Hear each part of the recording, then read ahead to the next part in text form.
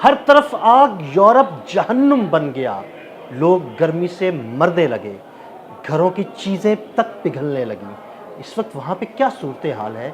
अज़हर अली खान से बात करते हैं। अज़हर भाई, इतनी शदीद गर्मी वहाँ पे पड़ रही है, लोग हज़ारों की तादाद में लोग मर रहे हैं। उसके अलावा इवन सिग्नल्स जो है ना वो गर्मी से पिघल रहे हैं। गर्मी इतनी ज़्यादा है कि घरों में भी बैठना लोगों के लिए मुश्किल हो गया है। वहाँ पर ये सारी सूरत हाल क्यों ऐसे पैदा हो गई? अदिल भाई, जब आप कुदरत से जाके टकराते हैं ना लोग, तो फिर कुदरत बहुत ही ख़तरनाक किस्म का इंतकाम लेती है। और यूरोप के साथ असल में यही हो रहा है। यूरोप में तेल जलाया गया, गैस जलाई गई, कोयला जलाया गया, बहुत सारी जो कसीफ मवाद है उसको फ़िज़ा में छोड़ा गया। उसकी वजह से सारी आलूदगी इंतहा से ज़्यादा हो गई और बहुत ज़्यादा गर्मी बढ़ने लगी, मौसमियाती तब्दीली होना शुरू हो गई, ग्रीन हाउस गैसेस का अखराज जो है वो उनके लिए अब अज़ाब बन चुका है।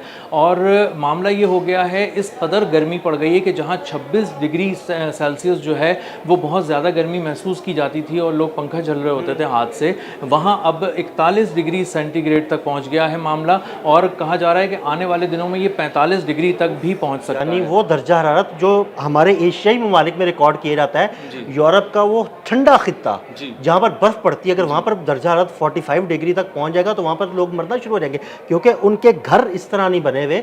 क्योंकि हमें तो अपनी गर्मी की सूरत हाल को मद्देनजर रख के घर बनाए जाते हैं, फिर यहाँ पर एसी लगाए जाते हैं। वहाँ पर सुना है कि वहाँ पर घरों में एसी भी नहीं लगाए होते। जी, ऐसा ही है। वहाँ पर जो यहाँ पे जो एशिया के लोग वहाँ रह रहे हैं वो भी कह रहे हैं कि बहुत शदीद गर्मी है, हालांकि वो इस तरह की गर्मी 45 हाँ जी, बिल्कुल 40 उसके देख आदी चुके हैं। होते हैं वो। हाँ, लेकिन वो कह रहे हैं वहाँ की गर्मी कुछ अलग ही गर्मी है और उसके लिए वो कह रहे हैं हीट डोम आया हुआ है वहाँ पे। हीट डोम ये है कि आपने एक तरह से, जिस तरह आप कढ़ाई उमूमन कमर्शियल बुनियादों पे पक रही होती है, तो वो क्या करते हैं, गोश्त को जल्दी गलाने के लिए उसके ऊपर ढाँप देते हैं उसको, तो उससे हीट जो है ना और बढ़ जाती है। एक तरह से ये जो हीट डोम है ना, हाँ जी, वो हीट इसलिए बढ़ जाती है कि जो आप उसको ढांपते हैं ना तो वो हीट उसके अंदर ही रहती है, बाहर नहीं निकलती। जब उसके अंदर ही हीट रहती है ना तो वो हीट और ज़्यादा बढ़ जाती है। ऐसा ही है। तो वहाँ पे जो समंदरों से आ रही है हवा वो बहुत गर्म है इस वक्त, और जो ज़मीन से ऊपर की तरफ उठती है उसने भी उठना बंद कर दिया है। और ऊपर से जो आगे बादल गायब हो चुके हैं और एक गर्म हवा का जो एक पूरा एक डोम है, हाँ, ये हवा वहीं पे लॉक हो गई है। जी है, बिल्कुल। तो वो उसकी वजह से उन्हें हर तरफ से वो तंदूर में रह रहे हैं एक तरह से।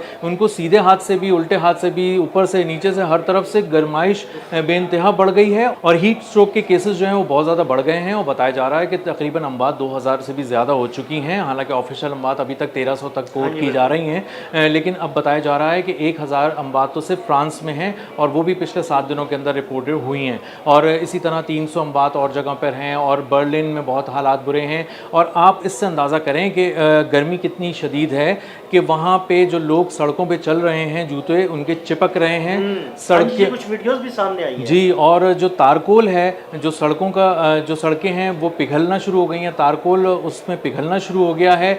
लोग अपनी जो खिड़की से बाहर पैन बाहर कर रहे हैं और उसमें अंडा रख रहे हैं, तो अंडा बॉयल होना शुरू हो गया है।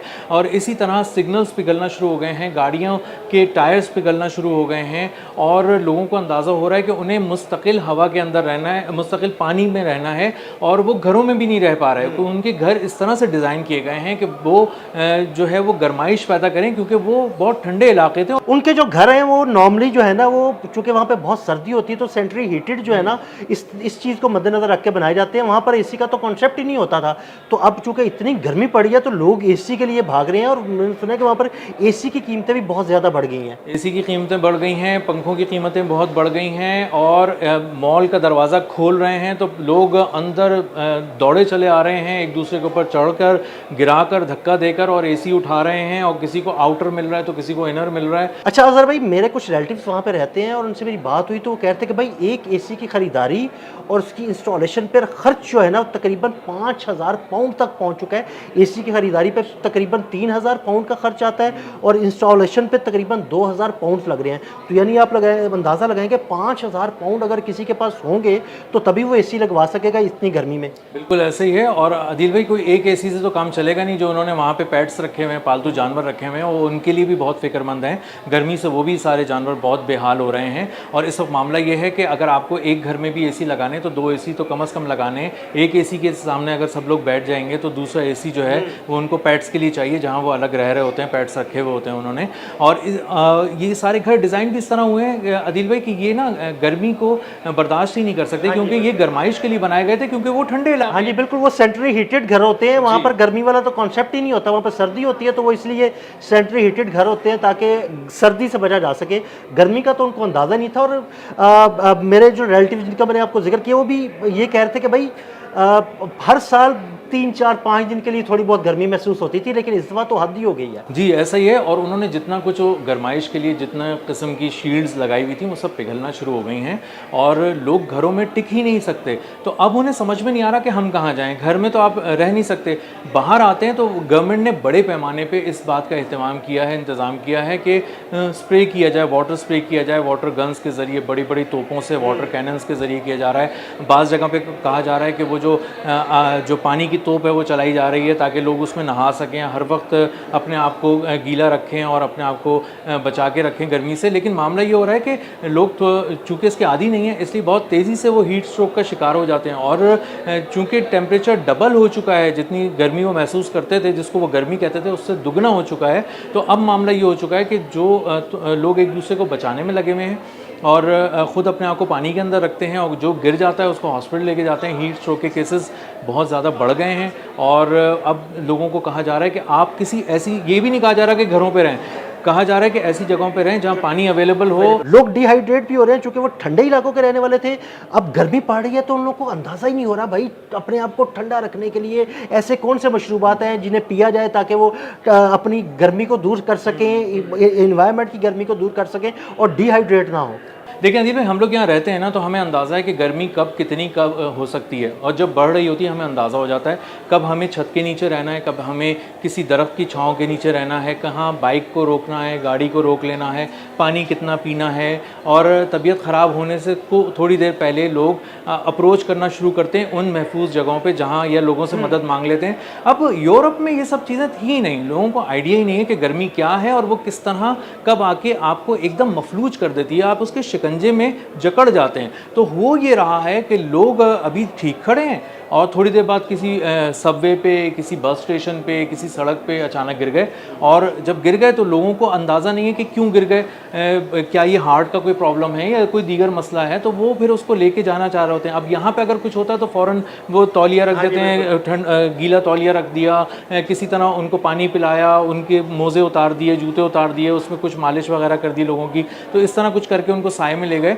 तो अब यूरोप सीख रहा है वो जिससे एशिया गुजर रहा है और गुजरता रहा है और अब भी गुजरता है। तो यूरोप को भी टाइम लगेगा चीज़ों में और लोग अभी आदी होंगे, लेकिन इससे बचना बहुत ज़रूरी है। और वहाँ की हुकूमत को इस वक्त लोगों की जान की बहुत फ़िक्र है, भाग दौड़ मची हुई है। जो सर्विसेज हैं, म्यूनिसिपल और शहरी इंतज़ामिया हैं, वो पानी की तोपें चलाने के साथ साथ सोच रही है कि हम और कौन कौन से इक़दाम कर सकते हैं, किस तरह लोगों को बता सकते हैं कि तुम अपने आप को ठीक रखो। लेकिन प्रॉब्लम ये कि वो ये भी नहीं कह सकते घरों में रहें, जैसे हम लोग कहते हैं कि यहाँ घरों में रहें। अब वो बाहर आएँ तो क्या करें, तो अब स्कूल्स बंद होना शुरू हो गए मुख्तलिफ जगहों पे, अब लोग काम पे नहीं जा पा रहे, अपने अंदर इतनी एनर्जी महसूस नहीं कर रहे कि वो किसी तरह जाके अपने ऑफिस में या वर्क प्लेसेस पे जाके काम कर सकें। तो एक बहुत ही मुश्किल सूरत हाल है जिससे यूरोप गुजर रहा है। लोग बाकायदा पिघल रहे हैं और लोग अपनी वीडियोज़ की भरमार कर रहे हैं सब सोशल मीडिया पे और अपने आप को एक्सप्रेस कर रहे हैं और बता रहे हैं कि वो और उनके जो दोस्त हैं और सारे लोग हैं, उनके ख़ानदान के लोग, वो किस कर्ब से गुजर रहे हैं।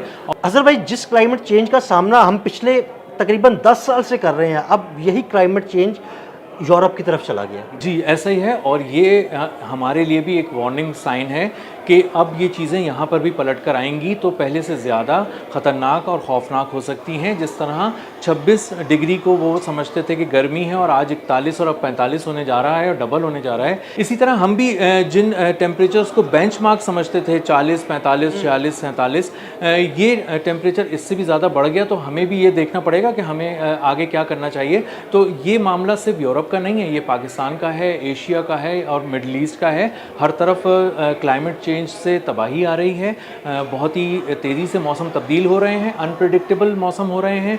आप अंदाज़ा नहीं लगा सकते कि कब बारिश हो गई, आप अंदाज़ा नहीं लगा सकते कि सर्दी कितनी आगे चली गई और वो गर्मियों के महीने में दाखिल हो गई। गर्मियाँ जो हैं वो सर्दियों की तरफ आना शुरू हो गए हैं।